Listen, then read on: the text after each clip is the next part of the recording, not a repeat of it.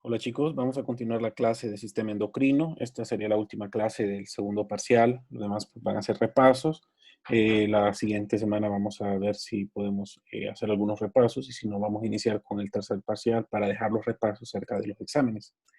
Eh, Vamos a estudiar esta parte de los órganos endocrinos periféricos. Ya estudiamos los centrales, con énfasis obviamente en la hipófisis, que es el órgano endocrino junto al hipotálamo, ¿verdad? Son los reguladores de todos estos órganos endocrinos periféricos y ya sabemos que se encargan de liberar entonces aquellos factores que son liberadores y estimulantes de las glándulas periféricas, que son las que vamos a ver en la clase de hoy.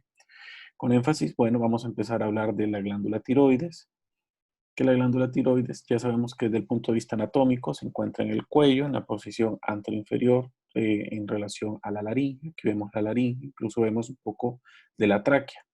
Desde el punto de vista anatómico hay que recordar que tiene dos lóbulos grandes, uno izquierdo y uno derecho. Aquí les estoy señalando uno. Estos están unidos a través de una prolongación o de un puente de tejido tiroideo que se llama istmo. En algunas ocasiones podemos observar que aparece este otro lóbulo que es conocido con el nombre de lóbulo piramidal. Y este lóbulo piramidal representa el trayecto de donde esta glándula descendió. Si recordamos el origen embriológico de esta, pues que va a ser a nivel del piso de la lengua, ¿verdad? Entonces, a esto va a recordar lo que conocemos con el nombre de conducto tirogloso. Eh, Macroscópicamente, la irrigación es recibida a través de las arterias tiroideas superior, inferior y media, y en algunas ocasiones de una arteria que sube aquí directamente de la aorta, que es conocida como arteria IMA. Y pues el regreso de la sangre también lo va a hacer a través de estas mismas nominaciones, pero que obviamente van a ser venas. Desde el punto de vista histológico, pues va a estar rodeado por una cápsula, que es una cápsula conocida con el nombre de cápsula fibrosa. La cápsula fibrosa es una banda de tejido conectivo denso y regular que a su vez forma una serie de tabiques que dividen el parénquima en una especie de lobulillos. Y estos lobulillos en su interior van a contener el tejido parenquimatoso, que ya sabemos que va a estar formado por, eh, obviamente, estos folículos tiroideos que hemos venido viendo desde el primer parcial. Desde el punto de vista embriológico, hay que reconocer que es la primera glándula que se desarrolla, la primera glándula endocrina, más o menos en días 24 después de la fecundación, por influencia del factor de crecimiento de tipo fibroelástico a través de toda esta vía de señalización que induce a una especie de engrosamiento a nivel de la faringe primitiva, con lo que va a ser el piso de la boca. Más o menos se va a formar una especie de tejido diverticular que entre las 7 semanas más o menos va a formar una serie de cordones de tejido eh, eh, glandular, y estos cordones, vean ustedes cómo ocurre esta diferenciación celular. A medida estos cordones van formándose, esta glándula pues va a ir descendiendo a la región anterior del hueso yoides y anterior a los que van a ser posteriormente los cartílagos laringios. Eh, Hay algo que tienen que saber, que más o menos a la 11 semana de la fecundación, después de la fecundación, estos, em, estos cordones de células tiroideas pues prácticamente han sido cambiados desde el punto de vista morfológico, porque se dividen y se segmentan grupos celulares y comienzan a sintetizar este material de aspecto coloide. Eh, bueno, la glándula tiroides, como ya saben, ¿verdad? Va a tener ese trayecto por el cual va a descender, en el cual se va a formar una especie de conducto que se llama conducto tirogloso. Este conducto tirogloso, pues en algún momento se va a cerrar en el piso de la lengua, se va a identificar, o en la región entre la lengua y la faringe, más o menos, se va a formar una especie de agujero que recibe el nombre de agujero ciego, que ahí pues va a indicar el lugar donde el trayecto de la glándula tiroides indujo, ¿verdad?, la formación de ese estigma epitelial, y que obviamente permite que se vaya a localizar a la región anteroinferior del cuello, específicamente sobre el cartílago tiroides. Y bueno, recuerden de que uno de los remanentes que queda, ¿verdad?, es este lóbulo piramidal, que únicamente lo podemos identificar en el 50% de los casos. No siempre se va a observar un lóbulo piramidal completamente formado, ¿verdad? Pero pues esto no indica nada, ¿verdad? Sí tienen que saber que obviamente las glándulas paratiroides también van a tener un origen de estas bolsas faríngeas, ¿verdad? Aquí pueden observar en la región 3, la región 4 de las bolsas faríngeas, también más o menos entre la sexta y la séptima semana del embarazo.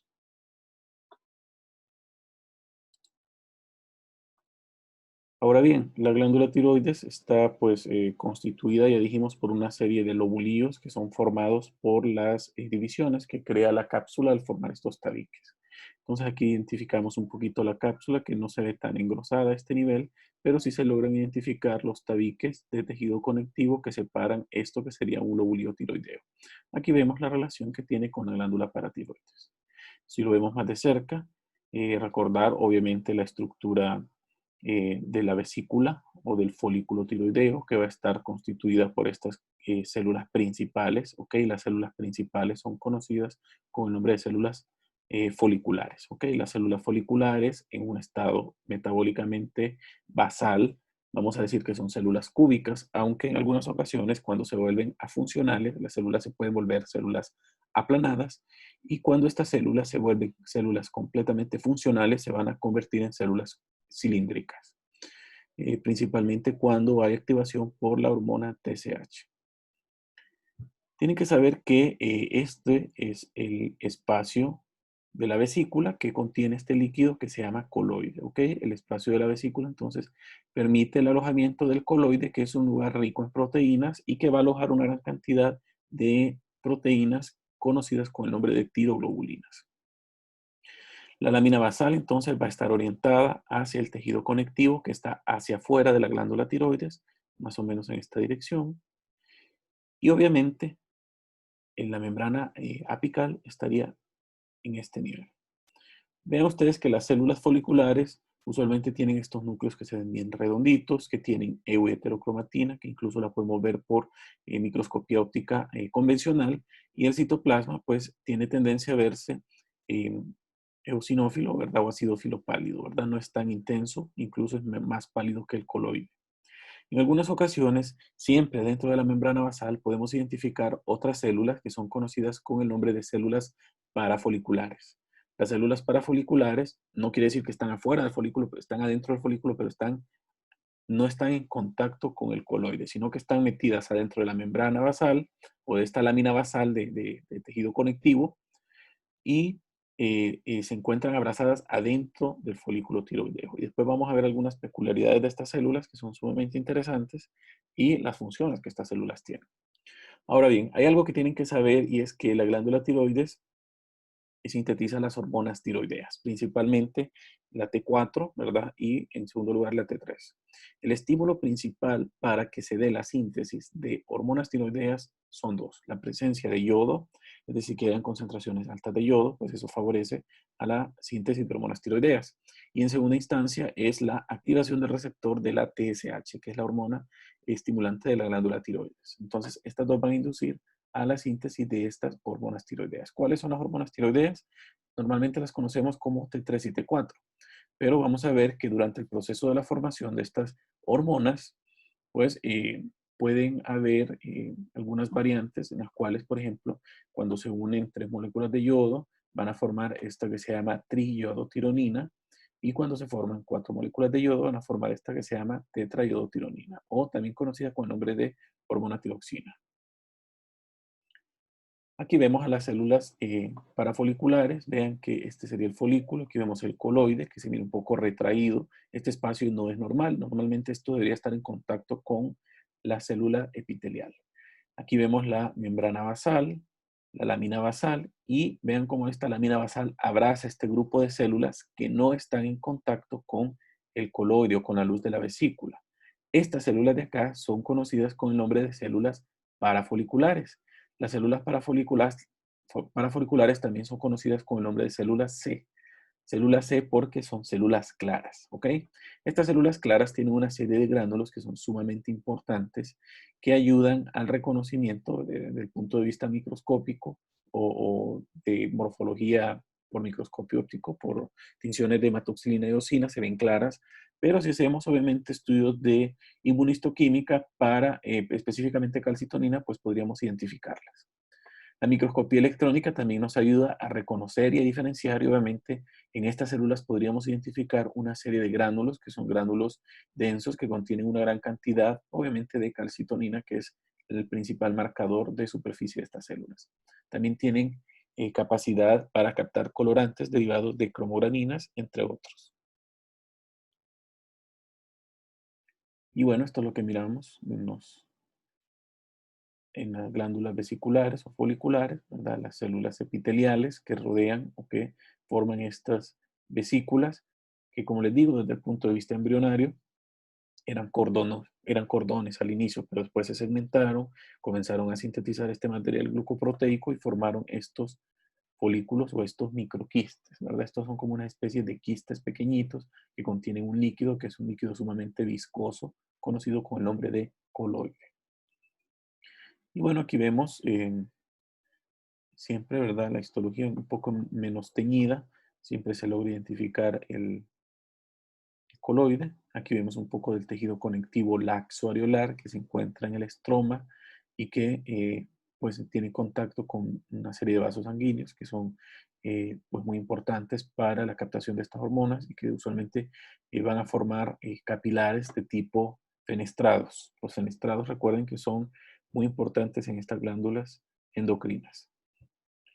Bueno, aquí vemos desde el punto de vista ultraestructural en qué está constituida una glándula tiroides, una célula folicular.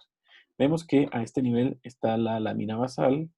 La lámina basal, recuerden que va a tener los mismos componentes que estudiamos en el primer parcial y que va a tener entonces una membrana que tiene un dominio vasolateral, que sería todo este de acá, y un dominio apical. El dominio apical usualmente tiene microvellosidades y en algunas ocasiones podemos identificar filópodos. El núcleo casi siempre va a ser un núcleo central o con tendencia a verse en la región basal, que va a tener abundante eucromatina, heterocromatina e incluso va a tener un nucleolo bien definido. En el citoplasma, pues vamos a encontrar un retículo endoplásmico rugoso muy definido, muy claro, así como un aparato de Golgi también que va a ser muy definido. Pues van a haber mitocondrias, van a haber endosomas, ¿verdad? Vesículas endosómicas, en algunas ocasiones son nombradas como lisosomas. Usualmente estas ya están combinadas con vesículas que son procedentes de un tipo de fagocitosis del coloide que vemos a este nivel y que casi siempre sus libros las van a referir como fagosomas o fagoendosomas o fagolisosomas, ¿verdad? Esos son un juego de palabras dependiendo el lugar, ¿verdad? Y la función que esté ejerciendo estas vesículas que han entrado a través de pinocitosis. Y bueno, cerca de esta lámina basal encontramos siempre un capilar, ¿verdad? Un capilar que tiene que estar muy cercano a la lámina basal y que gracias a este capilar es que va a llegar el yodo o va a llegar la TSH que obviamente van a estimular al receptor para que esta célula sintetice más hormonas tiroideas y que libere hormonas tiroideas, ¿ok? Bueno, una vez que se han formado estas hormonas tiroideas, se van a asociar a una proteína que es conocida con el nombre de tiroglobulina, que normalmente la vamos a ver incorporada al coloide y que es sumamente importante para la síntesis y el metabolismo de estas hormonas tiroideas. Entonces, bueno, esto a manera de resumen, hablar un poquito de la síntesis y liberación de hormonas tiroideas. La síntesis entonces es dependiente, ya dijimos, de la unión de la TSH al receptor y de los niveles de yoduro a nivel en la sangre, ¿ok? Normalmente el yodo viene, por ejemplo, en la sal, que ustedes comen sal yodada. Esta sal en el tubo digestivo es reducida a yoduro y luego es transportada a la glándula tiroides para ser introducida a la glándula tiroides y que se dé todo el proceso de síntesis de hormonas tiroideas. La unión del TSH al receptor va a inducir el aumento del AMP cíclico que va a activar una serie de cascadas internas a través de la vía de la proteína quinasa tipo A y que obviamente va a inducir a la liberación de una molécula, una glucoproteína, que es la tiroglobulina, que es sintetizada en el retículo endoplásmico rugoso y posteriormente liberada y empacada junto a otra molécula que se llama peroxidasa tiroidea en el aparato de Golgi, y son liberadas al coloide. Posterior a esta síntesis viene la liberación. La liberación, una vez que se ha formado la T3 y la T4, ¿verdad? La misma, esta TSH, hormona estimulante de la tiroides, pues va a inducir a cambios morfológicos a nivel de las células foliculares, volviéndolas cilíndricas, y que estas células empiecen a formar una serie de filópodos hacia la superficie que van a permitir la fagocitosis de este material coloide, donde se va a formar un fagosoma, se va a fusionar con endosomas hacia la parte más profunda, ya sean lisosomas primarios, lisosomas secundarios, obviamente estos pues tienen enzimas que van a permitir la separación del yodo de la tironina, que va a formar entonces una serie de moléculas conocidas como MIT, DIT, T3 y T4. Ya esto lo vamos a ver más detalladamente en la siguiente diapositiva. Y posteriormente se va a dar la liberación a través de la membrana basal y van a entrar a los capilares fenestrados. Y este es un esquema muy bonito que representa lo que vamos a ver en este caso, en el proceso de la síntesis de hormonas tiroideas. Vean que el yodo normalmente llega de la sangre en forma de yoduro, esto ya lo mencionamos, porque es de esta forma en cómo se capta y se puede absorber a través de las células del tubo digestivo. Una vez el yoduro entra, en los libros casi siempre dicen yodo, pero la forma en la que entran a, a las células es a través de yoduro. Entonces, existen básicamente dos mecanismos de transporte de yodo que encontramos en la membrana basal de las células foliculares, y una de las más comunes es esta que se llama perclorato, que es una bomba de yodo específica que permite la entrada de yodo a la célula. Pero también existe otro transporte que es un cotransporte de yodo cloruro, que es conocida con el nombre de pendrina. Ambos van a permitir la entrada de yodo al citoplasma de la célula. Este yodo inmediatamente por difusión va a pasar el citoplasma y posteriormente va a salir al coloide. Mientras esto está ocurriendo, simultáneamente hay en el retículo endoplásmico rugoso se está sintetizando la tiroglobina o tiroglobulina, que junto a esta peroxidasa tiroidea va a ser empacada en vesículas y posteriormente va a ser enviada al aparato de Golgi. Van a ocurrir una serie de modificaciones posttraduccionales, y luego de esto se va a formar entonces una vesícula de secreción que va a tener a la tiroglobulina, que en este caso es la tiroglobulina, que en este caso no va a tener yodo, ¿ok? Recuerden que a este nivel todavía no hay incorporación de yodo a la tiroglobulina, y pues obviamente vamos a encontrar la peroxidasa tiroidea. La peroxidasa tiroidea es una proteína transmembranal que desde que sale del Golgi, esta ya sale introducida en la membrana de la vesícula de liberación. Entonces ocurre el proceso de exocitosis, en el cual se va a liberar obviamente la tiroglobulina no yodada, y la membrana celular apical pues va a quedar eh, adherida, esta que es la peroxidasa tiroidea. La peroxidasa tiroidea es muy importante porque permite la activación del yoduro. ¿Ok? El yoduro normalmente llega en forma de yoduro una vez que se ha absorbido a través de todas estas vías metabólicas dentro de la célula, llega al coloide, y en el coloide el yoduro es, vamos a decir que es reducido, ¿verdad? Eh, a yodo. ¿Ok? Nuevamente. Entonces, el yodo, una vez ya estado en estado normal, por decirlo así, que no tenga deficiencia ni ganancia de electrones, ya puede ser incorporado a la famosa tiroglobulina. Y entonces se va a unir específicamente a unos residuos que se llaman residuos tirosilos de la tiroglobulina. Entonces aquí pues se van a formar una serie de cadenas proteicas yodadas. ¿Ok? Y estas cadenas proteicas yodadas van a recibir el nombre de yodo tiroglobulina. Y bueno, estos residuos de la tiroglobulina, pues al estar yodados, van a ser eh, divididos en grupos pequeños que van a tener, por ejemplo, tiroglobulina con dos, por ejemplo, con dos moléculas de yodo y van a formar entonces estas que conocemos con el nombre de molécula de diyodotironina, quiere decir que tiene dos moléculas de yodo por moléculas de tironina o de tiroglobulina. O en otras instancias, ¿verdad? Vemos que podemos encontrar otros segmentos en los cuales las moléculas de la tiroglobulina tiene tres moléculas de yodo y a esta la vamos a conocer con el nombre de tironina o tiroglobulina. ¿Ok? Esto es un juego de palabras, siempre, ¿verdad? Recordar de que la globulina a este nivel, pues, puede formar estas cadenas largas, ¿verdad? De moléculas que tiene la tiroglobulina y que obviamente va a estar yodada. Pero los procesos de división de esta yodotiroglobulina van a ocurrir principalmente en el proceso de la liberación, cuando se vuelve a unir este receptor de hormona TSH y va a hacer que la conformación de esta célula cambie y esta célula entonces va a empezar a formar una especie de pseudópodos o filópodos que van a abrazar el material que quiere fagocitar. Y entonces de esta manera está introduciendo coloide y también está introduciendo estas yodotiroglobulinas. ¿Ok? Aquí a este nivel todavía no se ha segmentado esta molécula de trioglobulina, pero vamos a ver que más adelante pues va a requerir la segmentación.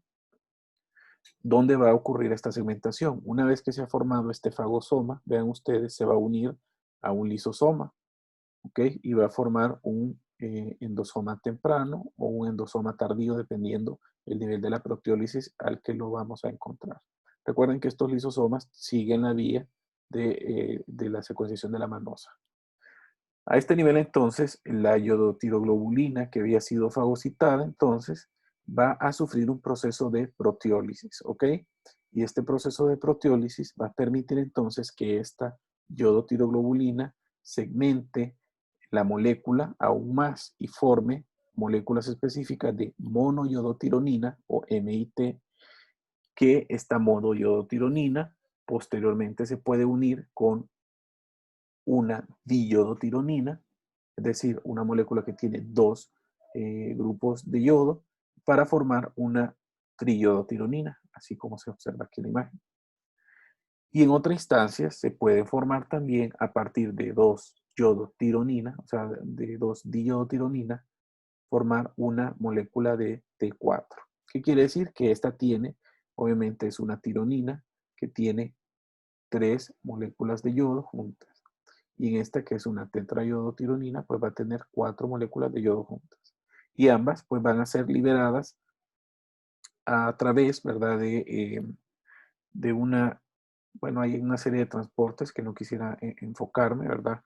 Que van a permitir que estas moléculas puedan entrar a los capilares. Ven ustedes a través del traspaso de la membrana basal, luego entra a través de las fenestras y van a ser transportadas por el torrente sanguíneo por una serie de proteínas fijadoras o ligadoras de hormonas tiroideas. Entonces, vean ustedes que tiene, desde el punto de vista, la síntesis de proteínas tiene una fase de secreción conocida con el nombre de fase exocrina, que es toda esta que vemos acá. Y luego tenemos una fase endocrina, que es esta fase que vemos acá, en la cual hay un mecanismo de liberación complejo en el que se va a fagocitar nuevamente lo que ya se había liberado y esto pues ya una vez metabolizado va a poder ser liberado al torrente sanguíneo. Y existen varias proteínas transportadoras. La que más comúnmente va a transportar se llama globulina transportadora de tirosina. En segunda instancia tenemos la transtiretina, que esta pues podría encargarse de transportar estas hormonas tiroideas principalmente al líquido cefalorraquídeo, donde también hacen sus funciones. La albúmina, que esta va a transportar más o menos un 10% de las hormonas tiroideas, y las lipoproteínas, que es otra forma en la que se va a transportar, nada más va a representar el 5% de transporte de las hormonas tiroideas. Ahora bien, vean ustedes que las hormonas tiroideas, de las que principalmente se van a liberar son las T4. El 90% de las hormonas que se van a liberar son hormonas T4.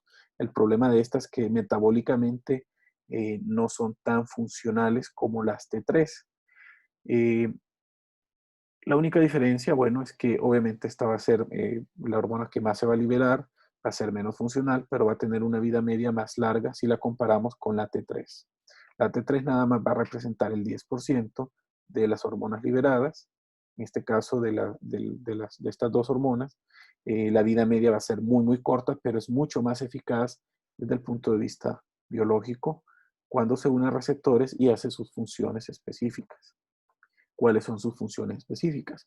Bueno, vamos a recordar, este es el eje de retroalimentación. Aquí viene la retroalimentación positiva, en el cual la hormona liberadora de tirotropina va a activar la hipófisis para que libere TSH, y luego esta TSH va a activar los receptores de TSH a nivel de la glándula tiroides, que son receptores específicamente acoplados a proteína G, que obviamente van a terminar aumentando el AMP cíclico, induciendo a la síntesis de hormonas tiroideas. Una vez la cantidad de hormonas tiroideas en sangre es demasiado alta, estas van a, o vamos a decir que están en límites normales, van a ejercer un efecto de retroalimentación negativo sobre el hipotálamo y la hipófisis, así como lo vemos acá. Y estas hormonas que ya han sido liberadas, pues van a permitir, obviamente, su activación a nivel de la vía intracelular. El receptor de la hormona T3 y T4 no se encuentra ni en la membrana ni en el citoplasma, sino que se encuentra específicamente en el núcleo de las células. Y este es un receptor de hormona tiroidea que es sintetizado en el citosol y que entra a través de los poros nucleares y se puede unir a través bueno, específicamente de su receptor, ¿verdad?, con la hormona tiroidea. Bien, ustedes preguntan, ¿cómo esta que es una hormona hidrofílica no puede entrar específicamente, o mejor dicho, puede entrar a través de la membrana celular? Y obviamente va a existir un transportador que este transportador permite la entrada de las hormonas tiroideas a través de la membrana celular y posteriormente en la entrada pues a través del poro nuclear, ¿verdad? Del citosol al poro nuclear, y aquí se va a unir entonces a esta que es una proteína receptora, ¿verdad? Receptora de hormona tiroidea, que junto va a formar este que es un complejo, que es el complejo receptor hormona tiroidea y hormona tiroidea, que después se va a unir específicamente a los genes dianas específicos de la célula a la que activaron, para que estos genes posteriormente induzcan específicamente a la producción de factores, principalmente de proteínas, que obviamente van a hacer que esta célula sea una célula más funcional. ¿Ok? Entonces, de esta manera, esta célula pues tiene la capacidad de sintetizar mayor cantidad de proteínas por la activación de las hormonas tiroideas. Entonces, esta síntesis de proteínas en estas células específicas, vamos a ver que puede tener una serie de efectos en toda la economía corporal. Y vamos a empezar a hablar de algunos efectos de esta síntesis de proteínas a nivel del metabolismo. Vean que en estas células activa o aumenta la cantidad de mitocondrias, así como el consumo de oxígeno, la absorción, el metabolismo de la glucosa, la gluconeogénesis, la glucogenólisis. Estos son unos términos que les voy a recomendar que los investiguen. La lipólisis, la síntesis de proteína, así como la función de las ATPasas de sodio-potasio. Y de esta manera ven ustedes que obviamente si hay mayor cantidad de mitocondrias va a haber mayor consumo de oxígeno, mayor consumo de glucosa, por ende va a haber mayor síntesis de ATP. Y obviamente va a haber mayor liberación de calor. Estas personas usualmente tienen intolerancia al calor cuando tienen exceso de hormonas tiroideas. En el sistema cardiovascular va a inducir principalmente al aumento del gasto cardíaco, de la frecuencia cardíaca, a la fuerza cardíaca de la contracción, así como a la respiración y el flujo vascular. Además, va a inducir al crecimiento de las personas, ¿verdad? De los tejidos en general, al desarrollo del sistema nervioso central en el embrión, por ejemplo, que es sumamente importante, y pues en otros sistemas también el crecimiento y diferenciación y función de estas células. ¿Ok? Entonces, de esta manera, ven ustedes cómo activa las funciones a nivel de todo el sistema corporal. Es una afección en toda la economía del cuerpo. La glándula tiroides también dijimos que tenía estas células parafoliculares y estas células son células C o células claras porque así se miran a través de la hematoxilina eosina. Normalmente están localizadas dentro de la lámina basal y va a tener una gran cantidad de gránulos que son positivos para calcitonina. Quiere decir que almacena calcitonina. Esta va a sintetizarse en mayores cantidades cuando el calcio se encuentre elevado. Y vamos a ver específicamente cómo activa, cómo interactúa este mecanismo, ¿verdad? Que vamos a mencionar más adelante. Aquí vemos una tinción de inmunistoquímica para calcitonina en el cual podemos identificar a esta célula C que se encuentra dentro de la membrana basal de este folículo.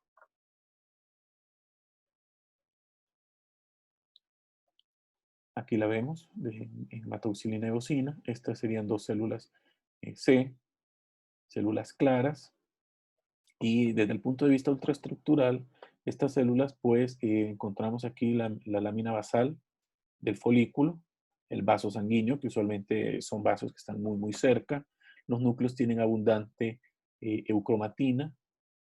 El citoplasma tiene mitocondrias que usualmente se ven redonditas, pero lo que más llama la atención son estos gránulos densos que contienen a la calcitonina. Y estos gránulos no los vamos a observar en las células foliculares habituales que encontramos aquí en el folículo tiroideo.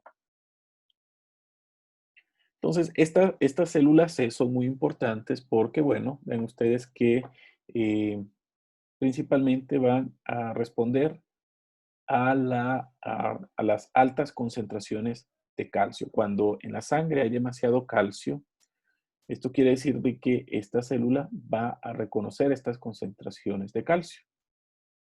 Entonces, pues va a liberar a través de una serie de secuencias que no voy a profundizar, va a liberar a la calcitonina para que esta calcitonina posteriormente llegue y se une al receptor de calcitonina que se encuentra muy específicamente a nivel de los osteoclastos para que este osteoclasto que se encontraba activo se convierta en un osteoclasto inactivo. Y obviamente si es inactivo va a disminuir la reabsorción del hueso y por ende va a evitar a que este calcio que estaba en este hueso sea liberado al torrente sanguíneo y entonces de esta manera es como trata de regular las concentraciones de calcio a nivel de el sistema corporal, ¿verdad? Y este es uno de los principales formas o mecanismos por el cual la calcitonina actúa. Bueno, estas concentraciones altas de calcio van a permitir que las células se liberen entonces la calcitonina, entonces que inhiba al osteoclasto. Pero también tiene otras funciones, principalmente a nivel del intestino, de alguna u otra forma interviene a que haya una reabsorción lenta de calcio y que aumente la liberación de calcio a través de las vías urinarias. ¿Ok? Esta hormona interactúa mucho con la hormona, con la paratormona, con la hormona paratiroidea, para mantener un balance equilibrado de calcio corporal y por esto es una hormona sumamente importante. Bueno, hablando de la paratormona, pues vamos a hablar de la glándula paratiroides. Recuerden que las glándulas paratiroides usualmente son 4 glándulas paratiroides. Hay 2 por cada lóbulo de mayor tamaño de la glándula tiroides, entonces por ende van a haber 2 superiores y 2 inferiores de cada lado. Es decir, en cada lado hay una al lado izquierda que se llama glándula paratiroide superior izquierda, luego está la inferior izquierda, luego está la superior derecha y luego está la inferior derecha. Y estas usualmente van a ser irrigadas por ramas pequeñas de las arterias tiroideas que ya hemos mencionado anteriormente. Desde el punto de vista histológico, bueno, van a estar usualmente metidas en la misma cápsula de la glándula tiroides, en la cápsula fibrosa. Casi siempre va a haber tejido, un tejido conectivo denso y regular, que va a estar rodeado parcialmente por tejido adiposo o por otros tejidos, incluso tejidos musculares. Esta cápsula entonces va a formar una especie de tabiques pequeños que van a subdividir el parénquima de la glándula paratiroides y a través de estos tabiques van a viajar los vasos sanguíneos. Aquí logramos ver un vaso sanguíneo de mayor calibre y aquí vemos algunos pequeños. Esta es una tinción de tricrómico para representar el colágeno. Y bueno, en estos tabiques también, aparte de viajar los vasos sanguíneos, van a viajar las vías linfáticas y las fibras nerviosas. La glándula tiroides, paratiroides va a estar constituida en su parénquima por dos tipos de células. Unas se llaman células principales, que son las células funcionales, y vemos otras células que son conocidas con el nombre de células oxífilas o células acidófilas. Existe otro grupo de células que normalmente los libros no las mencionan, pero estas células se encuentran en investigación y son conocidas como células intermedias. Y estas células, pues, en algunos libros las mencionan como células regeneradoras o células madres. En esta foto podemos observar los dos tipos de células. Aquí vemos a las células principales y aquí vemos a las células oxífilas o acidófilas. Vean ustedes la vasculatura que es sumamente eh, eh, abundante, ¿verdad? Muy ramificada. Vemos capilares pequeños que se meten en medio de las células que obviamente tienen funciones endocrinas, por ende van a ser capilares de tipo fenestrados. Bueno, hablemos ahorita de las células principales. Estas células principales usualmente son células pequeñas y lo vemos aquí, ¿verdad? En esta foto. ¿Ven? Estas células, si la comparamos con estas, son células pequeñas que tienen un citoplasma que casi siempre se va a ver eosinofílico, pero va a ser un tanto pálido, es decir, no va a ser tan intenso. Van a formar estos agregados celulares que van a verse muy densos. Van a tener núcleos que casi siempre se van a ver redondeados, pero desde el punto de vista ultraestructural van a formar estas especies de pliegues como invaginaciones. Eh, y ¿verdad? Van a estar unidos con estos grupos celulares en los cuales no podemos definir específicamente los bordes de dónde empieza y dónde termina esta célula. Entonces casi siempre se van a ver agregados de esta forma y recuerda mucho a los linfocitos, ¿verdad? Pero cuando lo vemos, ya empezamos a buscarle la estructura a este órgano, pues obviamente vamos a identificar que se identifican estructuras cordonales seccionadas, ya sean longitudinales o transversalmente, o oblicuamente, que es lo que más comúnmente observamos. Cuando vemos desde el punto de vista ultraestructural esta célula, pues vean ustedes que tiene una forma usualmente ovoide, con abundante retículo endoplásmico rugoso, con un aparato de Golgi muy desarrollado, en el cual también hay una gran cantidad de vesículas secretoras, y estas vesículas secretoras van a tener a la hormona PTH, o es decir, a la paratormona. Aparte van a haber mitocondrias y en algunas ocasiones se ha identificado que hay muchos agregados de glucógeno. La paratormona ya dijimos que es sintetizada en estas células principales y es sintetizada por una serie de mecanismos en el cual en el retículo endoplásmico rugoso se sintetiza primero una hormona que se llama hormona preproparatiroidea, que es esta que vemos acá. Esta tiene más de 120 aminoácidos, perdón, más de 110 aminoácidos, pero a medida va ocurriendo el proceso de la degradación y la síntesis de una hormona tiroidea, paratiroidea propiamente dicha, entonces va perdiendo estos aminoácidos y esto empieza en el mismo retículo endoplásmico rugoso. Antes de salir del retículo endoplásmico rugoso, pierde más o menos unos 25 aminoácidos de la cadena pre, aquí lo vemos, y saliendo del retículo endoplásmico rugoso se convierte entonces la hormona preproparatiroidea en una hormona que se llama hormona protiroidea, proparatiroidea. La hormona proparatiroidea es encapsulada en vesícula y en este paso hacia el aparato de Golgi prácticamente pierde estos 6 aminoácidos del segmento pro para posteriormente formar a la hormona paratiroidea o la famosa PTH, que solamente va a estar constituida por 84 aminoácidos. Y entonces de esta manera se va a almacenar en las vesículas secretoras que pues van a liberarse específicamente por la activación de la proteína G. ¿Cómo se va a activar esta proteína G? La proteína G específicamente va a estar ligada a un receptor de membrana. Este receptor de membrana es muy interesante porque es un receptor que es conocido por un receptor sensor de calcio. El nombre que usualmente se le da a este receptor sensor de calcio es el CASR. El CASR, que es un receptor sensor del calcio. Y este receptor entonces va a estar acoplado a proteína G. Normalmente el receptor sensor de calcio, para estar acoplado a esta proteína G, tiene que tener, ojo, esto es muy importante porque el calcio va a estar unido permanentemente a este receptor. Pero en el caso de que existiesen concentraciones bajas de calcio en la sangre, este calcio se va a desacoplar del receptor sensor de calcio. ¿Por qué? Porque este calcio va a ser requerido en otro órgano. Entonces, al desacoplarse el calcio del receptor del sensor de calcio, va a inducir a una cascada interna que va a permitir el aumento del AMP cíclico, y el aumento del AMP cíclico va a inducir a la degranulación de la célula principal, liberando entonces la PTH para que ésta cumpla sus funciones. Si recuerdan, la PTH es muy importante para la formación de osteoclastos, ¿ok? Y aquí volvemos a retomar el tema de los famosos osteoclastos. Las células paratiroideas, o las células, en este caso, las células paratiroideas oxifílicas o acidófilas, estas células usualmente son células más grandes, van a tener un citoplasma más amplio, y aquí lo logramos identificar.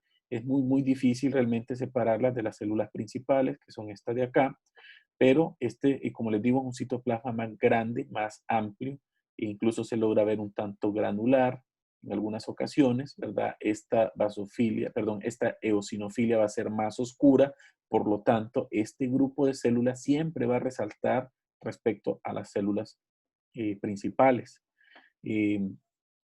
En algunas ocasiones, a medida va avanzando la edad, pues estas células se van volviendo más abundantes, incluso pueden volverse más comunes encontrarlas en los cortes histológicos en un adulto. ¿Por qué? Bueno, comienzan a aparecer tras la pubertad y bueno, se van volviendo, como les digo, más numerosas a medida va transcurriendo la edad.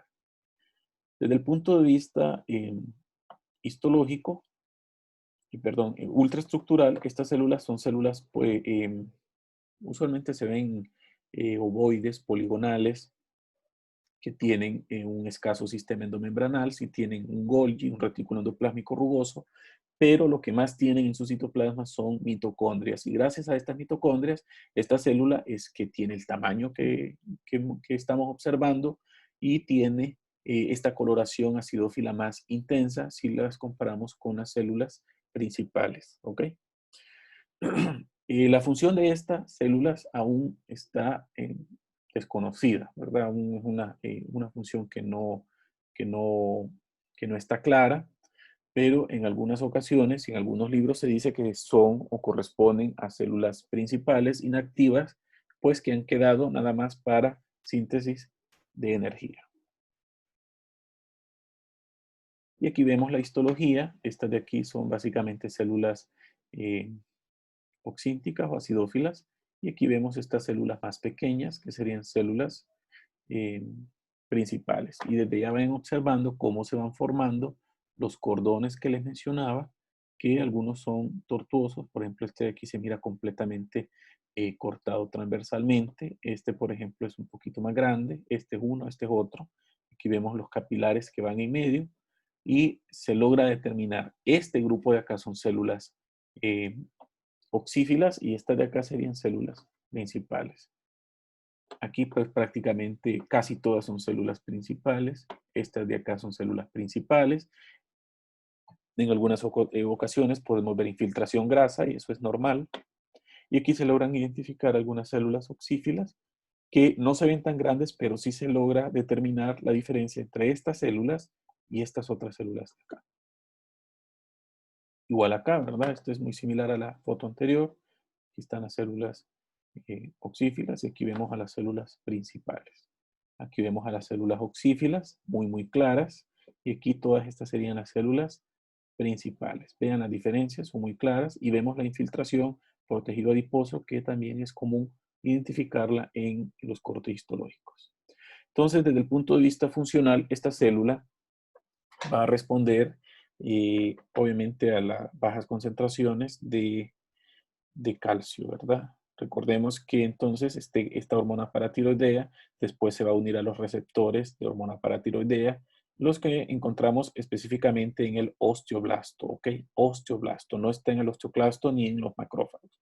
Entonces, esta hormona paratiroidea en el osteoblasto va a inducir a que se libere esta hormona que se llama ligando de este factor estimulante de colonias de macrófagos, que se va a unir al receptor del factor estimulante de colonias de macrófagos, que va a captar este monocito, lo va a convertir en macrófago y va a permitir que este macrófago exprese el RANK. Recuerden que este es un receptor, obviamente, ¿verdad? Activador por el factor nuclear kappa, ¿verdad? Que posteriormente se va a unir al ligando, que este ligando va a ser expresado por el osteoblasto al ser estimulado por esta hormona paratiroidea. Y entonces, al ocurrir la unión de este ligando con el RANK, o sea, este es el ligando del RANK y este es el RANK que encontrábamos en el macrófago, este macrófago se va a convertir en un precursor de osteoclasto, que obviamente, ¿verdad? Dependiendo, lo podemos encontrar en estado en reposo, pero en este momento, si fue activado, pues se va a convertir en un osteoclasto activado, ¿verdad? Que se va a encargar de reabsorber el hueso. Y como todo esto comenzó porque había poca concentración de calcio en la sangre, este osteoclasto entonces al estar reabsorbiendo va a hacer que el calcio que está en el hueso sea liberado a la sangre y aumente las concentraciones de calcio a nivel eh, de torrente sanguíneo, ¿verdad? De los niveles plasmáticos de calcio. Pero las funciones no solo son a nivel de la estimulación del osteoclasto, sino que también a nivel del riñón induce a la producción de una hormona que se llama calcitriol. El calcitriol es muy importante porque de alguna u otra manera permite que haya mayor reabsorción de calcio a nivel del intestino y que también haya mayor conservación de calcio a nivel de los riñones, evitando entonces de que se libere el calcio por la orina y de esta manera aumentando las concentraciones de calcio en la sangre. Entonces vean ustedes cómo esta hormona antagoniza a la calcitonina y la calcitonina antagoniza a la hormona PTH, es decir, entre ellas interactúan para mantener las concentraciones de calcio en niveles normales y mantener así la homeostasis. Y ya casi para terminar, hablamos de la glándula suprarrenal. Esta glándula es una glándula, bueno, son dos glándulas y las encontramos obviamente en el polo apical de los riñones. Desde el punto de vista anatómico, no generan una imagen en espejo, sino que son un tanto diferentes. La derecha usualmente tiene una estructura o una forma piramidal, aquí la vemos, y la izquierda casi siempre tiene una forma más o menos semilunar, ¿ok? Incluso se puede meter y llegar hasta el hilio del riñón, y cuando nosotros estamos haciendo las disecciones, es un tanto difícil sacar esta región de acá completa, porque casi siempre está metida en la grasa de esta región del hilio renal. La irrigación está dada por tres sistemas arteriales. El primero se llama arterias frénicas inferiores, que van obviamente abajo del diafragma, y de estas aparecen una serie de ramificaciones que se llaman arterias suprarrenales superiores, y aquí la vemos. Luego tenemos la arteria suprarrenal media, que esta es rama directa de la aorta, y aquí la podemos observar. Y por último tenemos la arteria suprarrenal inferior, que es rama de la arteria renal, y entonces entre todas ellas generan la irrigación de las glándulas suprarrenales. Lo que tienen que saber es que una vez estas arterias se introducen a la glándula suprarrenal, primero viajan a través de la cápsula y después de viajar a través de las cápsulas, cruzan la corteza y la médula, ¿verdad? Para ir a drenar a la vena central que se encuentra recorriendo la longitud de las glándulas suprarrenales. Normalmente tienen un grosor más o menos de 1 centímetro con una anchura de 2 y una altura más o menos de 5 centímetros. Pesan entre 7 y 10 gramos y tienen una coloración amarillenta, un tanto más oscura, incluso en algunas ocasiones las vemos un poquito café. Es muy bonito realmente identificar esto en el cuerpo, en el cadáver, ¿verdad? Para el estudio histológico.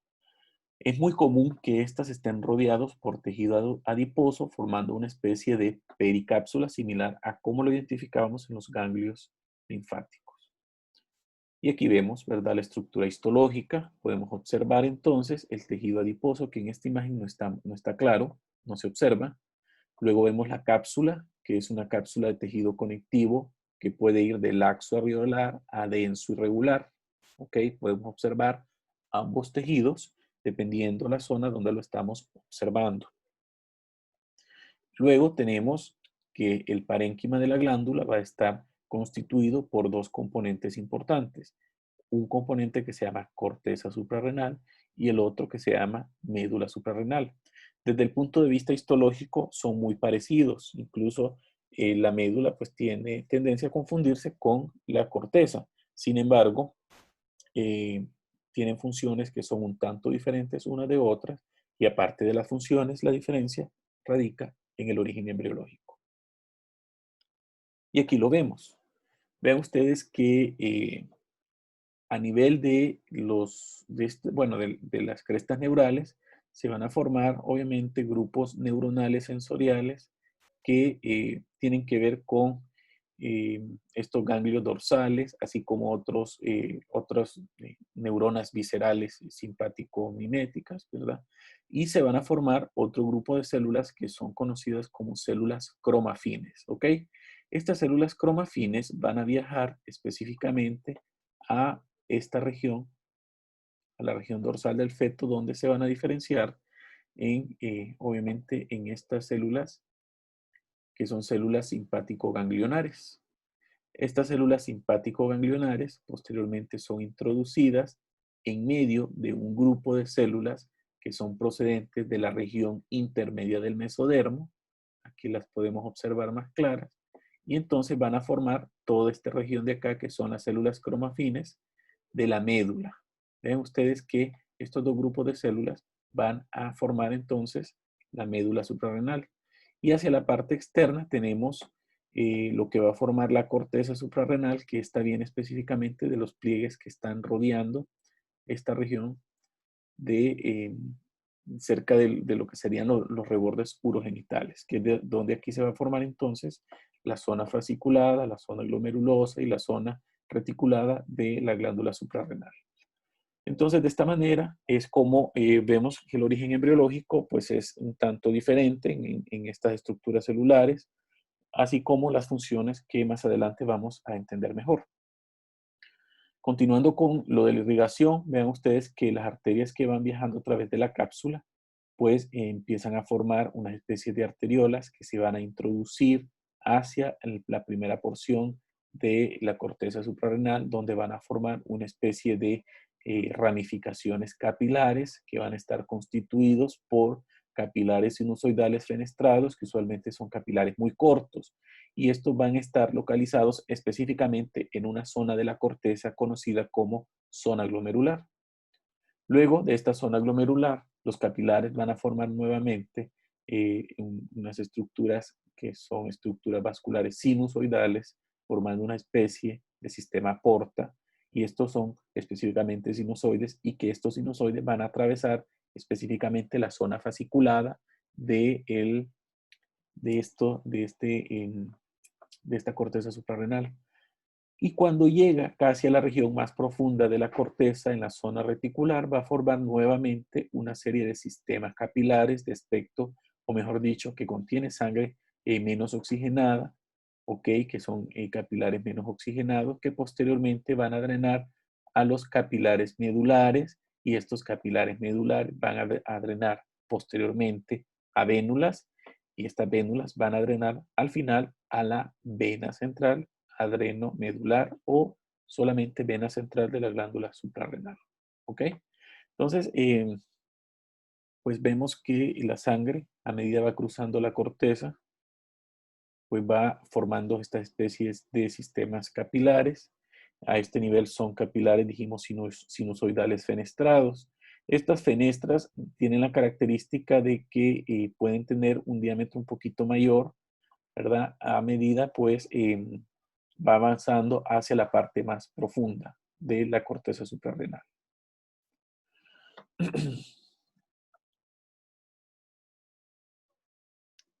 Y bueno, la corteza suprarrenal la vemos desde el punto de vista histológico de esta forma. Aquí logramos ver la cápsula, aquí vemos estas arterias capsulares y aquí podemos identificar el tejido adiposo de la pericápsula. Aquí logramos identificar esta capa que forman estas estructuras redondeadas que se llama zona glomerular. Luego vemos estos cordones de células que viajan a lo profundo, que sería la zona fasciculada. Y por último acá tenemos la zona reticular.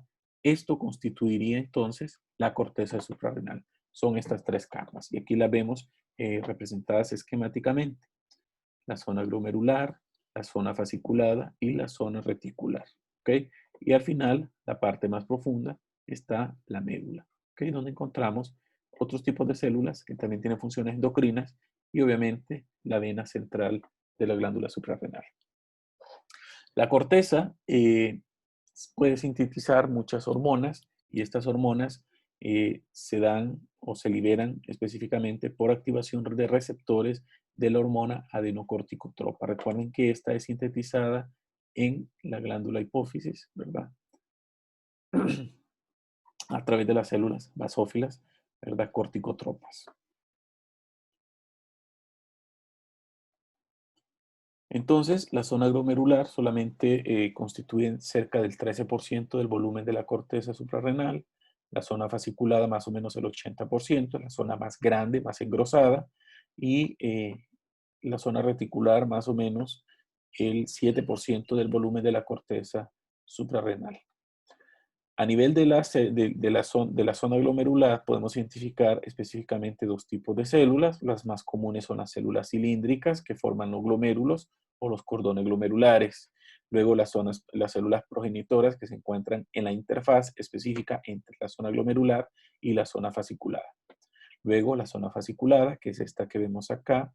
Esta zona fasciculada está constituida por estas células que reciben el nombre de espongiocitos.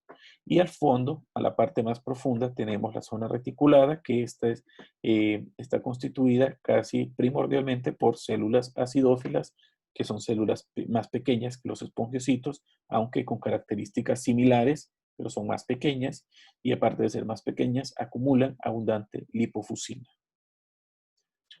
Entonces la zona glomerular va a sintetizar específicamente hormonas que son conocidas con el nombre de mineralocorticoides.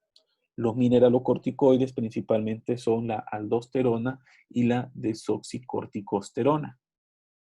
El estímulo principal para la síntesis de estas hormonas es la presencia de hormona adenocorticotropa, aquí hace falta una T, y la angiotensina 2, ¿ok? Angiotensina 2.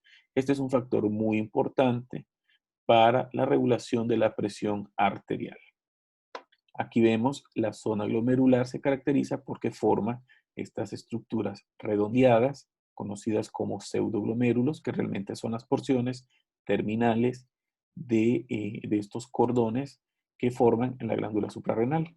Vemos que hay variación de los tamaños, pero lo que sí tienen que recordar es que está constituida por células cilíndricas glomerulares y un poquito más abajo las células progenitoras.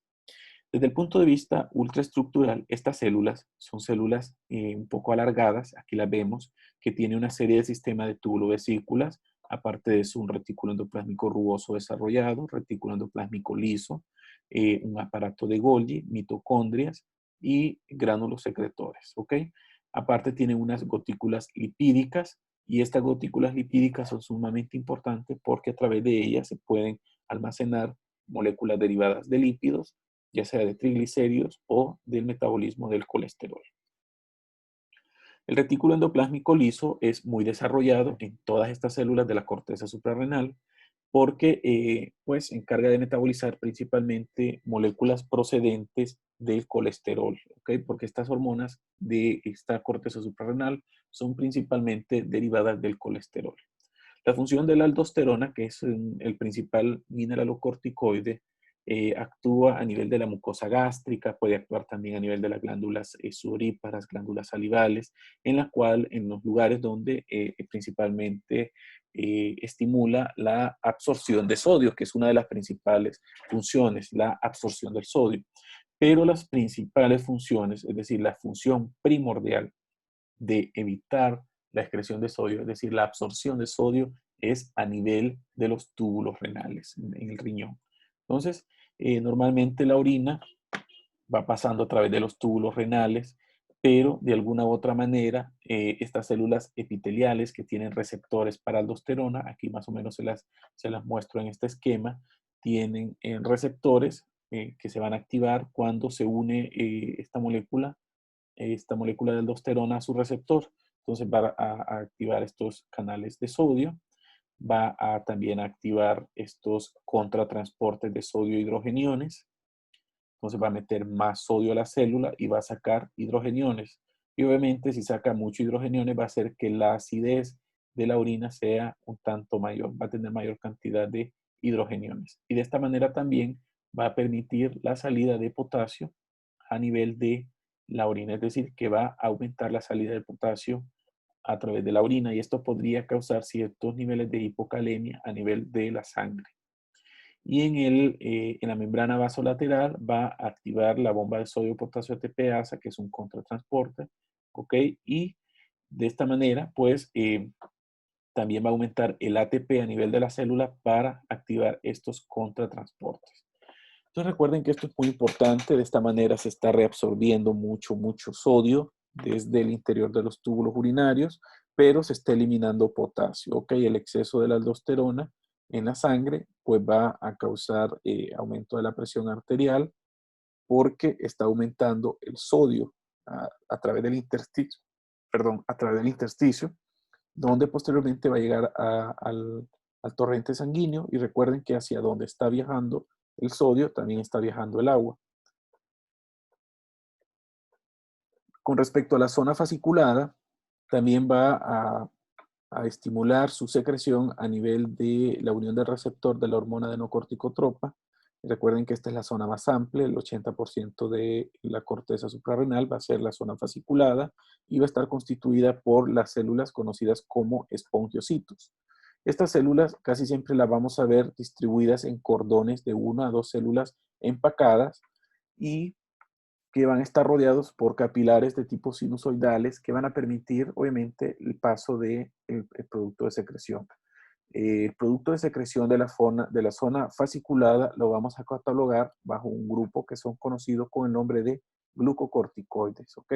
Estos glucocorticoides incluyen el cortisol, que es la principal hormona que se va a sintetizar en la zona fasciculada, así como la corticosterona, que es otra molécula conocida como glucocorticoides, pero con una función metabólica menos importante que el cortisol. Recuerden que estas células forman estos cordones, ¿ok? Por esto nosotros los vamos a recordar más fácilmente desde el punto de vista histológico. Y pues adentro de ellos vamos a encontrar a estas células que son conocidas con el nombre de espongiocitos.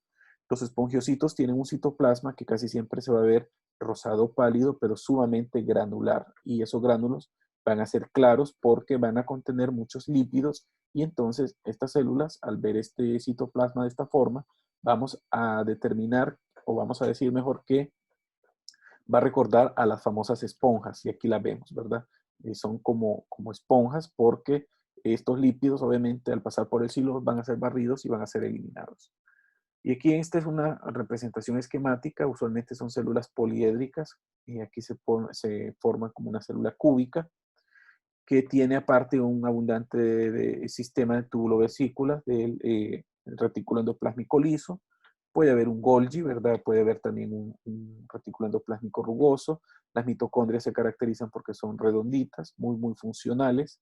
Y el resto del citoplasma básicamente va a estar lleno de estas gotículas de lípidos, ¿verdad? Que contienen muchos derivados del colesterol y en este lugar obviamente está ocurriendo la síntesis de estas hormonas derivadas de colesterol. Así se mira desde el punto de vista ultraestructural prácticamente el citoplasma está lleno de gotículas, de vesículas, muchas mitocondrias que se ven redonditas. Aquí se logra identificar un retículo endoplásmico liso. El núcleo, ¿verdad? Que tiene bastante eucromatina, incluso un nucleolo muy marcado, que no siempre es evidente en la microscopía óptica porque esta capa pues sufre autólisis muy rápido, entonces los núcleos no se ven tan claros, ¿verdad? Y bueno, los lípidos que encontrábamos en el citoplasma, aquí los podemos identificar claramente. Aquí se logra identificar el capilar, que está muy cerca del espongiocito. Vean que este capilar pues no es continuo. Aquí se logran identificar los espacios o estas fenestras más gruesas. Recuerden que son sinusoides. Y aquí la membrana basal que es incompleta. Entonces, bueno, existen muchas funciones del cortisol. Vean que esta es una hormona que también altera en general la economía corporal, interactuando a nivel del metabolismo de proteínas, del metabolismo de carbohidratos, del metabolismo de lípidos, así como también es conocida como, por ejemplo, la hormona del estrés, ¿verdad? O es conocida también como la hormona de la inmunosupresión. Vamos a ver entonces que a nivel de las proteínas se encarga de reducir las proteínas celulares, aumenta las proteínas del hígado, es decir, que tiene un efecto, vamos a decir que tiene un efecto anabólico hepático, ¿verdad? En el plasma aumenta también los aminoácidos sanguíneos, disminuye transporte de aminoácidos a la célula. En el caso de los lípidos, ven ustedes que se encarga de movilizar ácidos grasos hacia el tejido adiposo, aumenta las concentraciones de ácidos grasos libres en el plasma, aumenta la utilización de estos ácidos grasos con fines energéticos, que tiene muchas funciones de la degradación para el fin energético de la célula. En el caso en el hígado, pues estimula la gluconeogénesis, ¿verdad? A través del metabolismo de los carbohidratos. En el caso de la inflamación y del estrés, ¿verdad? Cualquier tipo de estrés, de alguna u otra forma, va a liberar la ACTH, la hormona de no corticotropa, y por ende va a aumentar el cortisol. El trauma, las infecciones, el exceso de calor o el exceso de frío, ¿verdad? También va a conllevar a aumento de cortisol.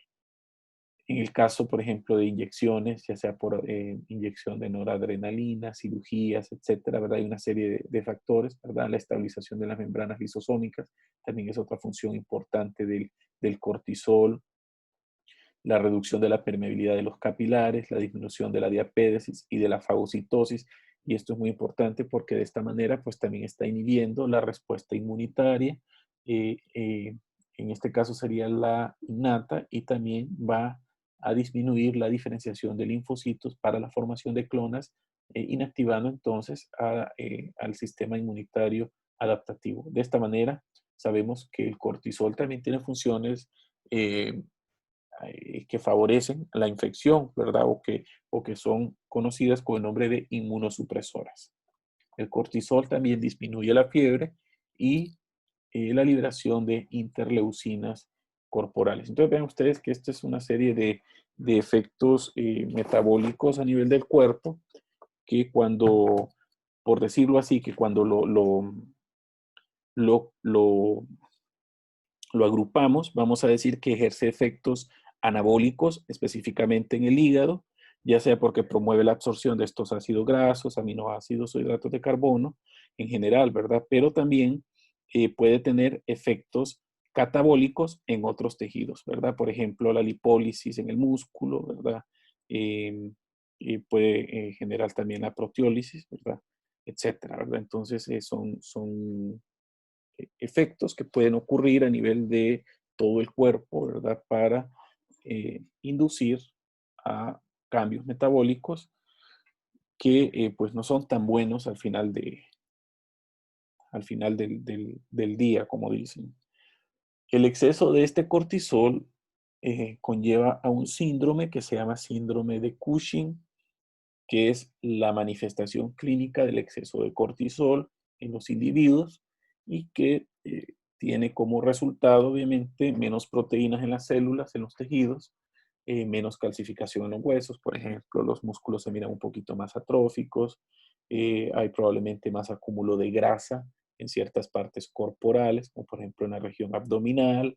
Los brazos usualmente se ponen más delgaditos porque hay destrucción de la masa muscular, al igual que las piernas. Rompe el colágeno, entonces hay tendencia a aparición de estrías. En conclusión, este cortisol tiene una serie de funciones, ¿verdad? En general, ¿verdad? Que son sumamente complejas, pero ustedes tienen que ir conociéndolas desde ya, para que posteriormente ustedes puedan interpretarlas cuando tengan a sus pacientes en sus consultorios. Bueno, la zona reticulada es una zona realmente muy escasa, aunque a mí siempre me ha quedado la duda porque cuando yo la estoy viendo en el microscopio, yo la miro más amplia que solamente un 7%. Casi siempre está constituida por una serie de células anastomosadas, ¿verdad? Formando cordones anastomosados y usualmente con tendencia a verse más delgada, ¿verdad? Las células dijimos que eran más pequeñas, aunque eran parecidas a los espongiocitos, pero acumulaban un pigmento lipocromo, que es este que vemos acá, que se mira como cafecito, que se mira pues muy claro. También son activadas por la hormona adenocorticotropa y estas se van a encargar de producir estas hormonas que son catalogadas con el nombre de andrógenos, en las cuales principalmente van a sintetizar una hormona que se llama deshidroepiandrosterona y la otra que se llama androstenediona. Las células normalmente tienen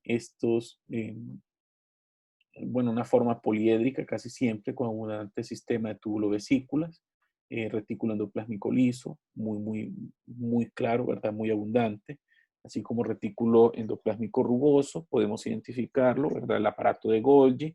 Las mitocondrias tienen tendencia a verse un tanto más regulares, ¿verdad? Así que no van a ser tan diferentes.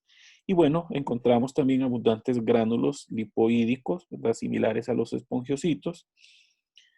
Y podemos identificar incluso algunos gránulos electrodensos que pueden representar básicamente el metabolismo ¿cómo se llama?, de actividades lisosomales.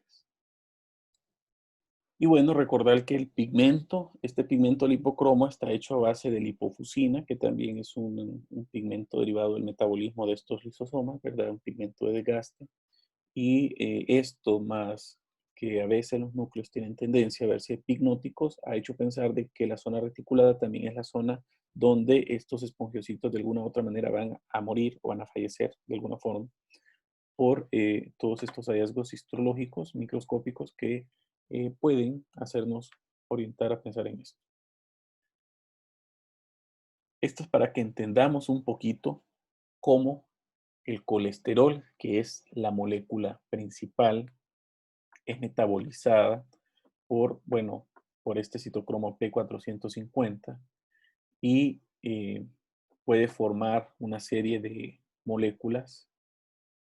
Aquí vemos estas cascadas, no me interesa que se aprendan todos estos nombres, pero sí que sepan que a partir del colesterol, que es el precursor común, se van a formar una serie de moléculas que, por ejemplo, a nivel de la zona glomerular específicamente, por enzimas específicas que encontramos en cada una de las células, se puede llegar a la síntesis de corticosterona, por ejemplo, o a la síntesis de colesterol, o a la síntesis, por ejemplo, de hidroepiandrosterediona, ¿verdad? O de androstenediona a nivel de la zona reticulada, ¿verdad? Entonces, solo para que entendamos que todos son derivados del colesterol, por eso son células que tienen muchos lípidos y tienen esa tendencia a verse en su citoplasma como granulares.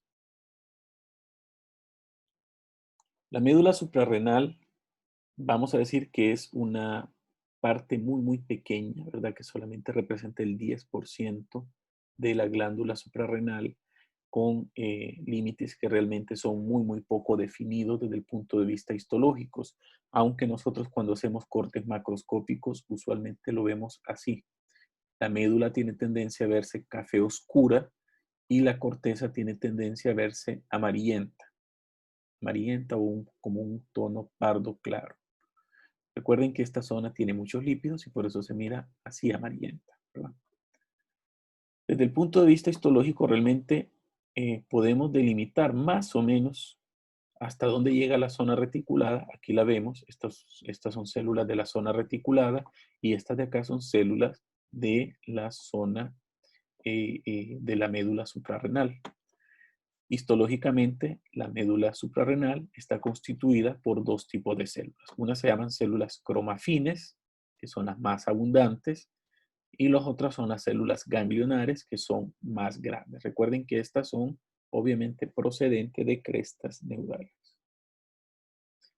Las células cromafines, vean ustedes que esta es más o menos la morfología de la célula, en el cual casi siempre van a ser células poliédricas que van a tener un núcleo central redondo con un nucleolo así bien claro.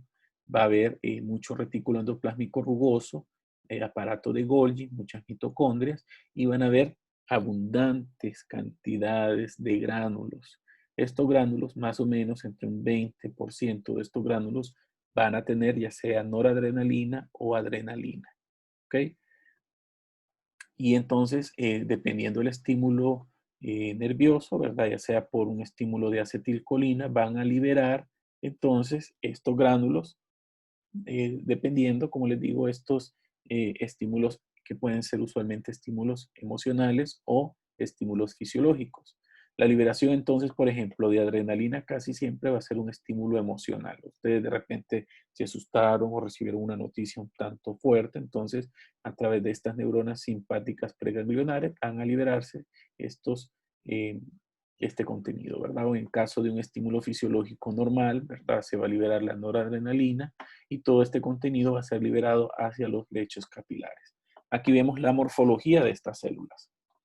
Vean que quieren también formar una especie de cordones que son menos evidentes, ¿verdad? Aquí logramos ver estas células que casi siempre las vemos ahí conglomeradas, que tienen un citoplasma, vamos a decir que basófilo claro, con núcleos que, si lo vemos más de cerca, tienen EU y heterocromatina y un nucleolo así central que muchas veces se puede observar.